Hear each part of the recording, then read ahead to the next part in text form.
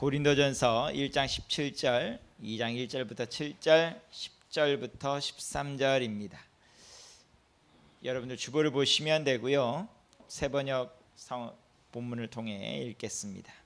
1장 17절입니다. 그리스도께서는 세례를 주라고 나를 보내신 것이 아니라 복음을 전하라고 보내셨습니다. 복음을 전하되 말의 지혜로 하지 않게 하셨습니다. 그것은 그리스도의 십자가가 헛되이 되지 않게 하시려는 것입니다.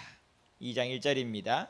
형제자매 여러분, 내가 여러분에게로 가서 하나님의 비밀을 전할 때에 훌륭한 말이나 지혜로 하지 않았습니다. 나는 여러분 가운데서 예수 그리스도 곧 십자가에 달리신 그분밖에는 아무것도 알지 않기로 작정하였습니다.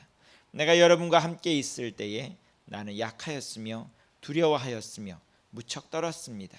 나의 말과 나의 설교는 지혜에서 나온 그럴듯한 말로 한 것이 아니라 성령의 능력이 나타낸 증거로 한 것입니다.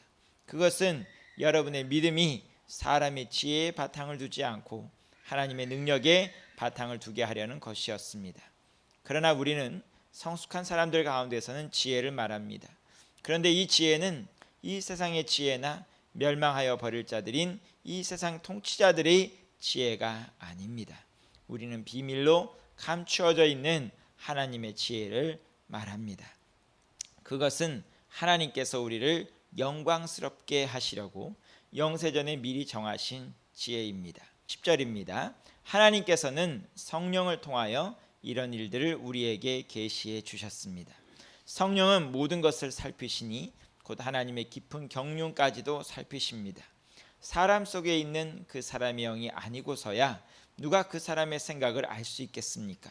이와 같이 하나님의 영이 아니고서는 아무도 하나님의 생각을 깨닫지 못합니다. 우리는 세상의 영을 받은 것이 아니라 하나님에게서 오신 영을 받았습니다.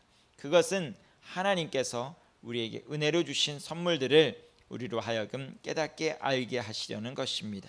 우리가 이 선물들을 말하되 사람의 지혜에서 배운 말로 하지 아니하고 성령께서 가르쳐 주시는 말로 합니다.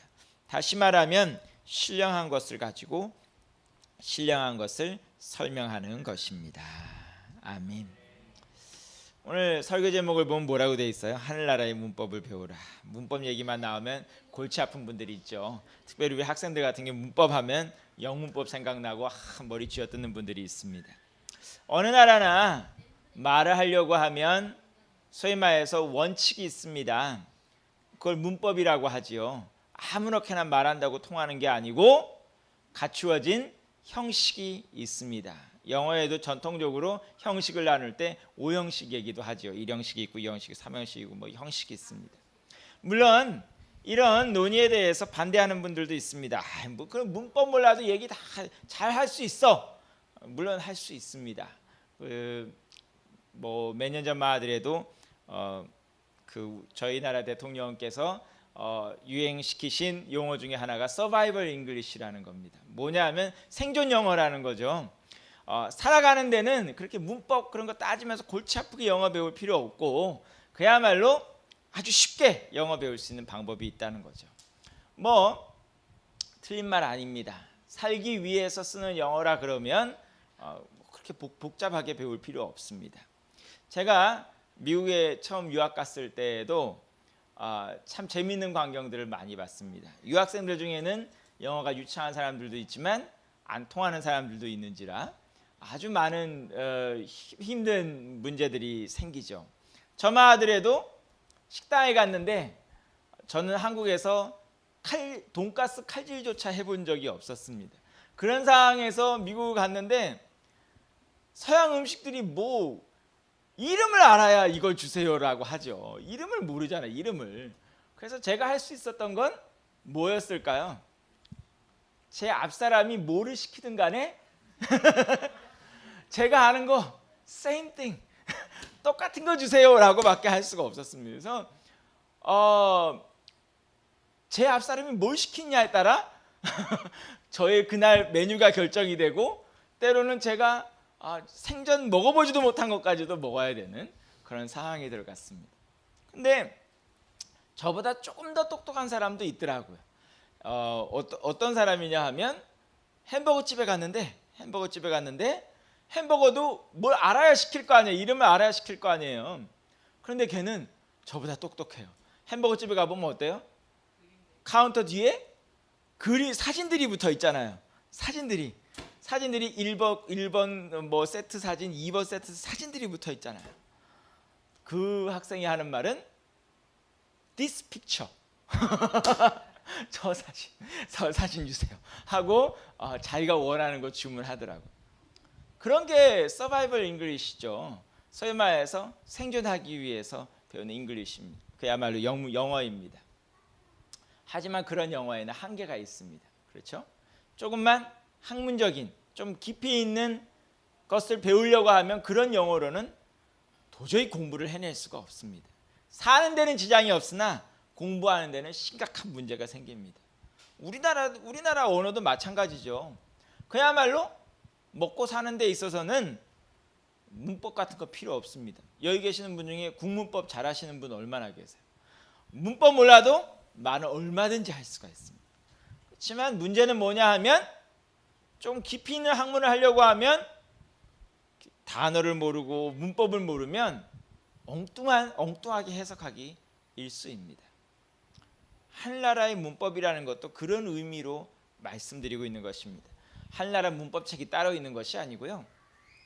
하나님과 우리 사이에 소통할 수 있는 깊이 있는 소통을 하기 위해서는 필요한 문법이 있다 이 소리입니다. 말하는 양식이 있고 형식이 있고 말해야 되는 방식이 있다는 것을 말씀드리고 있는 것입니다. 과연 우리가 하나님과 소통하려면 어떤 방식으로 얘기를 해야 되고 무엇을 기준으로 얘기를 해야 되는가? 그것을 놓고 오늘 얘기를 해보겠습니다. 오늘 우리가 읽은 1장 17절을 보면 고린도 교회가 분열되는 원인 중에 하나가 등장합니다. 지난주에 여러분께서 얼마나 기억하시는지 모르겠는데 지난주에 고린도 교회가 분열에 휩싸였다고 말씀드렸습니다. 특별히 그 당시에 유력한 지도자들을 놓고 지도자들을 중심으로 분열이 일어나고 있었는데 그 지도자들 중심으로 분열을 일으키는 중요한 방식 중에 하나가 뭐냐? 누가 세례를 줬냐였습니다. 야, 너 누구한테 세례 받았니? 나는 바울한테서 받았는데. 너는 누구한테서 받았니? 나는 아볼로한테서 받았어. 너는 누구한테서 받았니? 나는 베드로한테서 받았어. 이런 식으로 나눠지고 있는 것입니다. 세례를 받았다는 게 왜 중요해요?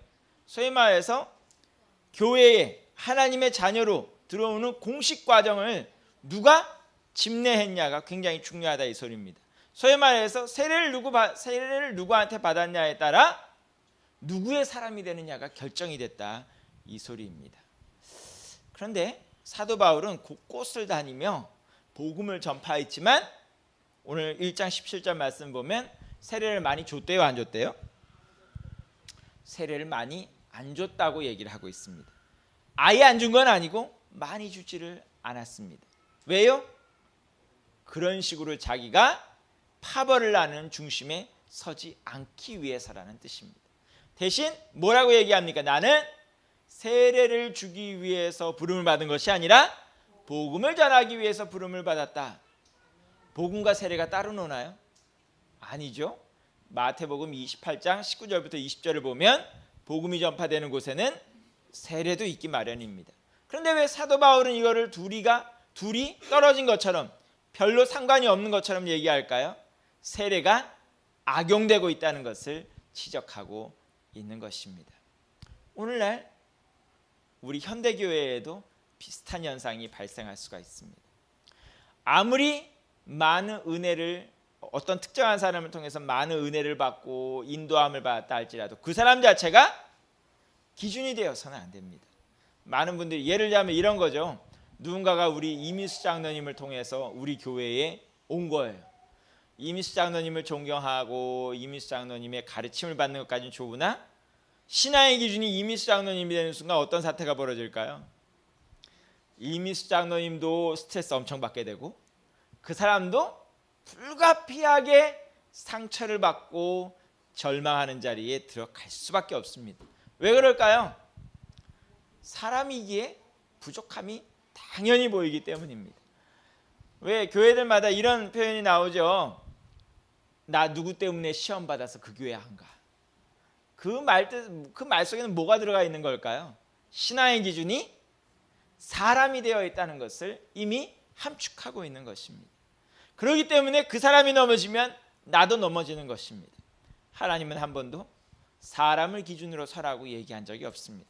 우리가 복음의 통로가 되고 축복의 통로가 될지언정 누구든 그 초점은 예수 그리스도를 향하여 있어야만 하는 것입니다. 많은 이단들의 특징이 뭘까요? 눈을 예수 그리스도에게 집중시키는 것이 아니라 교주에게 집중시키는 것입니다. 하나님 앞에 상급이 있을까요? 상급이 있을 수가 없습니다. 왜요? 사람을 두고 신앙생활을 하기 때문입니다.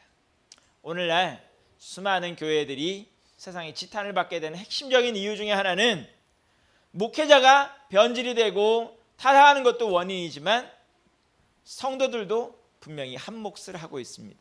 목회자가 타락하고 비리에 휩싸일 때 그 목회자를 올바른 길로 세워주려고 노력하는 것이 아니라 오히려 목회자의 비리와 문제를 덮으려고만 노력하고 오히려 목회자에게 오히려 그 잘못된 길을 갈 수 있도록 길이 계속 열어주는 그런 황당한 상황에 자꾸만 들어가기 때문입니다. 오늘날 우리의 반성영광교회는 주님이 주인 되시는 교회 되기를 원합니다. 우리가 살아도 주를 위하여 살고 죽어도 주를 위하여 죽는 것입니다. 모든 초점이 우리 삶의 초점이 신앙의 초점이 예수 그리스도가 될 수 있기를 간절히 축원합니다. 그런가 하면 2장을 넘어오면 교회의 분열이 뭐 때문에 일어나고 있을까요? 소위 말해서 뭔가 대단한 사람을 찾고 있습니다. 특별히 어떤 사람이요?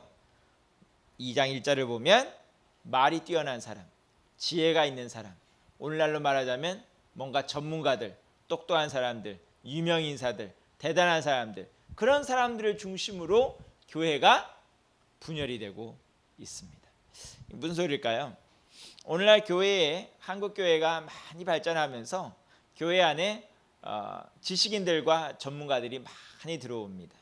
네, 어찌 보면 교회의 수준이 올라간다고 볼 수도 있고 교회가 여러 가지 면에서 사회에 공헌할 수 있는 그런 여력이 커진다고도 볼 수 있지만 어떤 면에서 심각하게 복음이 훼손되는 것도 사실입니다. 예를 들자면 이런 거죠. 교회에 간증 집회 다니는 분들 중에 의학을 잘하는 분들은 어떨까요? 교회에 간증 집회하면서 자신의 의학적 소견을 막 얘기를 합니다. 근데 그 의학적 소견이라는 게 말 그대로 소견입니다. 진리가 아닙니다. 제가 최근에도 TV를 보다 보면 소위 말해서 전문가끼리 모아놓는 토론회 같은 것들이 많이 보이더라고요. 특별히 의학 계열 전문가들이 모여서 막 토론하는 프로그램도 있어요. 보면 어떤 현상이 생길까요? 의견이 딱딱 맞을까요? 의학 전문가들끼리도 죽자고 싸웁니다. 누구 말이 맞을까요? 누구 말이 맞을 것 같아요? 아무도 몰라요. 누구 말이 맞는지 어떻게 알아요? 우리 소위 말해서 일반인들 입장에서는 전문가들끼리도 말이 안 맞으니까 누구 말이 맞는지 알 방법이 없습니다. 전에도 제가 소개해드린 적이 있지만 수면 시간을 놓고도 아직도 싸우고 있습니다. 누구는 7시간이 좋고 누구는 6시간이 좋고 누구는 4시간이 좋고 누구는 8시간, 9시간, 10시간. 세상에 의사들 말 들으면 수시로 알람 시간 조정해야 됩니다. 그렇죠? 언제 일어나야 될지 수시로 바뀌어야 됩니다. 음식은 안 그렇고 건강법은 안 그렇습니까? 누구의 말을 따라야 될지 알 수가 없습니다. 그런데 교회 간증 집회 다니면서 자신의 의학적 소견을 얘기를 하니까 거기에 따라 복음에 따라 성도들이 움직이는 것이 아니라 그 의사의 의학적 소견을 따라 이리 위청 저리 위청합니다. 교회에 정치인들도 들어옵니다. 정치인들이 들어와서 간증을 하게 되면 복음만 증거하게 될까요? 자신 이야기를 하면서 역시 자기의 정치적 의견도 얘기하게 돼 있습니다. 교회가 야당이 됐다, 여당이 됐다, 보수가 됐다, 진보가 됐다. 누가 그날 강단에 서느냐에 따라 휘청거릴 수밖에 없습니다. 그 외에도 수많은 전문가들과 명망 있는 인사들이 교회 내에서 영향력을 미치기 시작하면서 복음은 온데간데 없고 온갖 전문적인 지식과 지혜만 교회에 난무하게 됩니다. 오늘날 사도 바울은 이렇게 얘기를 합니다. 복음을 놓고 나는 사람의 말과 지혜로 하지 않습니다 라고 얘기를 합니다. 이유가 무엇입니까? 복음이 순수한 복음이 전파되기보다 온갖 세상의 잡다한 지식과 섞여서 혼합물이, 그야말로 불순물이 너무나도 많은 복음이 뒤섞여서 나오고 있다는 것을 이야기하고 있는 것입니다. 그러면서 사도 바울은 오늘 말씀 후반부에 갑자기 성령 이야기를 꺼내기 시작합니다. 그러면서 뭐라 그럴까요? 우리가 하나님의 지혜를 알고 하나님의 뜻을 알기 위해서는 뭐가 필요하다고요? 성령님이 필요하다고 얘기합니다. 뭐라고 얘기합니까? 특히 우리가 읽은 13절을 보면 이렇게 얘기하죠. 우리가 이 선물들을 말하되 사람의 지혜에서 배운 말로 하지 아니하고 성령께서 가르쳐 주시는 말로 합니다. 다시 말하면 신령한 것을 가지고 신령한 것을 설명하는 것입니다 라고 얘기를 합니다. 뭔가 감추어진 지혜, 이 세상의 전문가들과 지혜로운 사람은 이해할 수 없는 그런 지혜를 얘기하면서 이것이 성령님의 역사와 긴밀하게 연결되어 있다고 얘기를 합니다. 이 대목을 읽은 사람들 중에는 또다시 새로운 의견을 내놓는 분들이 있습니다. 거봐, 교회에는 결과적으로 뭔가 신비로운 것이 있어야 되고 뭔가 영적인 것, 그야말로 영성이, 우리가 흔히 뭉뚱그려서 영성이라고 하는 그것이 교회에 충만해야 돼라고 얘기를 하면서 뭔가 하나님과 신비로운 교통을 하는 것을 많이 꿈꿉니다. 교회 안에도 뭐 그거는 어제 오늘도 아니고 수천 년간 우리 기독교회 속에도 계속 존재했던 소위 말해서 신비주의의 경향입니다. 뭔가 하나님과 신비로운 교통법이 있고 뭔가 영적인 교통법이 있다고 얘기하는 것입니다. 얼핏 보기에는 그렇게 보입니다. 성령님께서 있어야만 되고 그야말로 이 세상의 지혜자들이 알 수 없는 지혜를 말하는 것이기에 뭔가 그런 신비로운 교통법을 말하고 있는 것처럼 보입니다.